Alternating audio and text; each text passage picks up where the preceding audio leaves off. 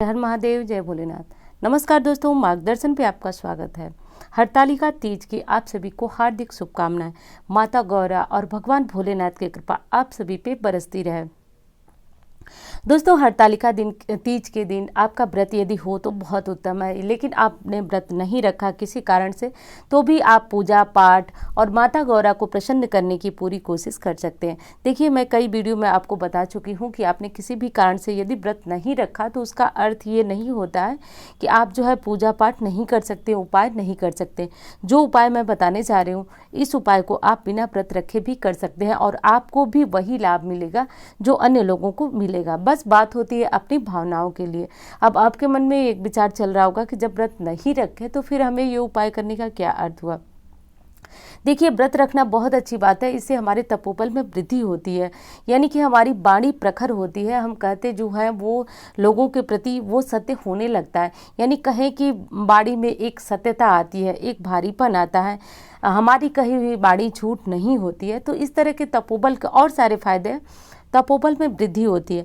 और आज मैं बात करने आई हूँ हरतालिका तीज के दिन जो आप पूजा पाठ और विधि विधान से जो चीज़ें कर रही हैं उसमें शुभ मुहूर्त क्या है। तो शुभ मुहूर्त आप इस वीडियो में जानेंगे और एक शुभ ऐसा मंत्र जानेंगे कि जो कि दुर्गा सप्तशती का चमत्कारी मंत्र है, सिद्ध मंत्र है, जिसे जपने से आपको सौंदर्य, आरोग्य और अमर सुहाग की प्राप्ति होती है, पति दीर्घायु होते हैं। इस पूजा में आज के दिन इस मंत्र को कम से कम 108 की संख्या में जपने से यदि आपके पति के साथ आपके रिश्ते ठीक नहीं है तो हो जाते हैं, और यदि कोई कुंवारी कन्या इस मंत्र को जपती है तो माता गौरी की कृपा से उसके पास भी भगवान भोलेनाथ जैसा पति होता है, यानी कि पति की प्राप्ति कराने वाले, मन वांछित जीवन साथी की प्राप्ति कराता है। ये मंत्र चमत्कारी है गृहस्थ जीवन में आ रही किसी भी परेशानी को समाप्त करने के लिए। इस बात को ध्यान रखना है। जैसा कि आप सभी, जब ये वीडियो आप तक को मिल रही होगी, आपने संकल्प इत्यादि ले लिया होगा, स्नान वगैरह करके अपनी दैनिक पूजा पाठ भी आपकी खत्म हो चुकी होगी, तो ये सारे काम आपके हो ही चुके होंगे। अब करना आपको यह है कि शाम की पूजा के समय आपको इस मंत्र को जपना है। मंत्र को जपने के लिए यदि आपके पास माला हो रुद्राक्ष की तो अति उत्तम है, यदि नहीं हो तो मैं बार बार आपको बताती हूँ कि नहीं हो तो कोई ज़रूरी नहीं है। माला का सिर्फ इतना काम होता है कि वो आपकी संख्या को गिनने में आपकी मदद करती है, अन्यथा आप किसी और चीज़ों से भी, यानी कि अपने हाथों पे गिन के भी माला से आप जप कर सकते हैं।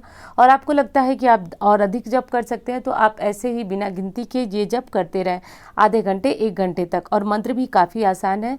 और दूसरी चीज़ बता दूँ दोस्तों कि जब आप पूजा करें उस समय ध्यान रखें कि काले या नीले रंग के वस्त्र पहन करके पूजा बिल्कुल न करें, क्योंकि ये पूजा आप अपने सुहाग के लिए, पति की दीर्घायु के लिए कर रही।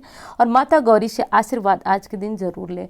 आशीर्वाद माता से लेने के लिए आपको करना है, देखिए, घर में पूजा करें, मंदिर में पूजा करें, कोई फर्क नहीं पड़ता, आप जहाँ करें। माता गौरी को आज हल्दी कुमकुम जरूर अर्पित करें। हल्दी कुमकुम अर्पित करके एक नारियल उन्हें प्रसाद स्वरूप जरूर चढ़ाएं। जो सुहागरी सामग्री आप चढ़ाते हैं उसमें एक नारियल भी रख दें, इससे माता गौरी का आशीर्वाद हमें मिलता है। एक चीज़ का ध्यान रखें, माता गौरी सिर्फ माँ गौरी नहीं है, बल्कि उन्हीं से ही सारी देवियों का अवतरण हुआ है। तो इसलिए आज के दिन माँ गौरी की विशेष पूजा आराधना जरूर करें, नारियल जरूर अर्पित करें। और पति संबंधित, यदि पति बीमार है या किसी भी तरह की समस्या है, उनको नौकरी नहीं मिल रही है, उनका व्यवसाय ठीक नहीं चल रहा है, तो ये सारी प्रार्थना आप कर सकती हैं, क्योंकि आज का दिन आपके अपने पति के लिए प्रार्थना करने का ही दिन है, और आज आप ऐसा जरूर करें। अगली चीज़ बता दूं कि आपको हरतालिका तीज की पूजा किस मुहूर्त में करनी है, ये देख लीजिए। देखिए, जैसा कि सुबह का मुहूर्त तो जो है वो समाप्त हो चुका है। अब मैं बात करूंगी शाम के मुहूर्त की, कि शाम को कब आपको पूजा करना है। तो 9 सितंबर को प्रदोष काल में पूजा का शुभ मुहूर्त है। प्रदोष काल जैसा आप जानते हैं, शाम को सूर्य डूबने से लगभग 45 मिनट पूर्व और लगभग 45 मिनट बाद का समय प्रदोष काल कहा जाता है। और ये प्रदोष काल की पूजा का समय जो है वो 6:33 से 8:51 तक है। तो 2 घंटे 12 मिनट का यह समय है। समय काफ़ी महत्वपूर्ण है, समय को अभी नोट कर लें, स्क्रीनशॉट लेना चाहें तो ले लें, क्योंकि यह जो समय है, इस समय में यदि आप अपनी पूजा पूर्ण करते हैं, माता गौरी को बताई हुई जो श्रृंगार की सामग्री है वो अर्पित करते हैं, तो चाहे किस भी समस्या के लिए आप अर्पित करें, निश्चित रूप से पूर्ण होती है। बस अपने मन में श्रद्धा और सच्ची जो आस्था है वो जरूर होनी चाहिए। अब दोस्तों बात करूंगी कि कौन सा आपको मंत्र जपना है आज की पूजा में। जब आपकी पूजा पाठ संपूर्ण हो जा रही है तो आरती करने से पूर्व आपको बैठ करके और माता पार्वती के सामने, या आप मंदिर में भी ये जप कर सकते हैं, लेकिन मंदिर में आज बहुत काफ़ी भीड़ रहेगी, इसलिए आप मंदिर से पूजा आराधना करके आ जाएं और घर पे आराम से बैठ करके और इस मंत्र को जप सकें। ओम देहि में आरोग्यम सौभाग्यम, देहि में परम सुखम रूपम, देहि जयम, देहि यशो, देहि दिशो जय। दोस्तों ये दुर्गा सप्तशती का चमत्कारी मंत्र है। इसमें माता पार्वती द्वारा कहा गया है कि जो भी नारी अटल सौभाग्य प्राप्त करना चाहती है, सौंदर्य को प्राप्त करना चाहती है, आरोग्य प्राप्त करना चाहती है, उसे इस मंत्र को जपना चाहिए। और इस मंत्र को आप विशेष तिथि हरतालिका तीज में यदि जपते हैं तो निश्चित रूप से यह मंत्र सिद्ध हो जाता है, क्योंकि आज के दिन आपका तपोबल बहुत अधिक जागृत होता है।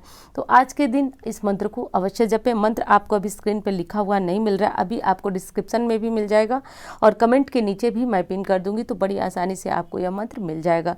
बस मंत्र जपते समय ध्यान रखें कि आपकी पूर्ण श्रद्धा और आस्था होनी चाहिए, क्योंकि ये मंत्र कोई साधारण नहीं है। दुर्गा सप्तशती आप सभी समझते हैं कि साधारण नहीं है, माता के कृत्यों का इसमें वर्णन है।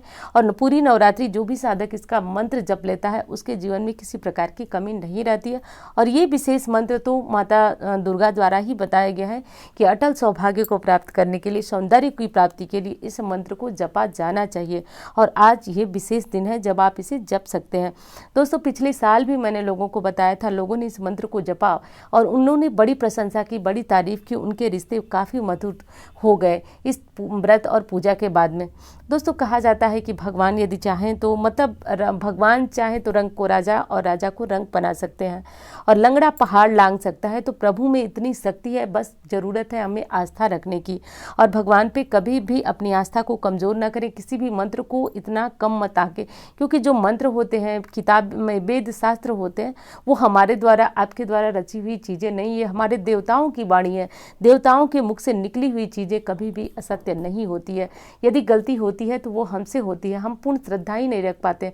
हमको लगता है एक मंत्र जपने से, एक पूजा करने से कुछ नहीं होता, हमने बहुत उपाय किया कुछ भी नहीं हुआ। ऐसा मत सोचिए। आप जो है अपना कर्म करते रहिए, भगवान एक न एक दिन जरूर आपकी सुनते हैं।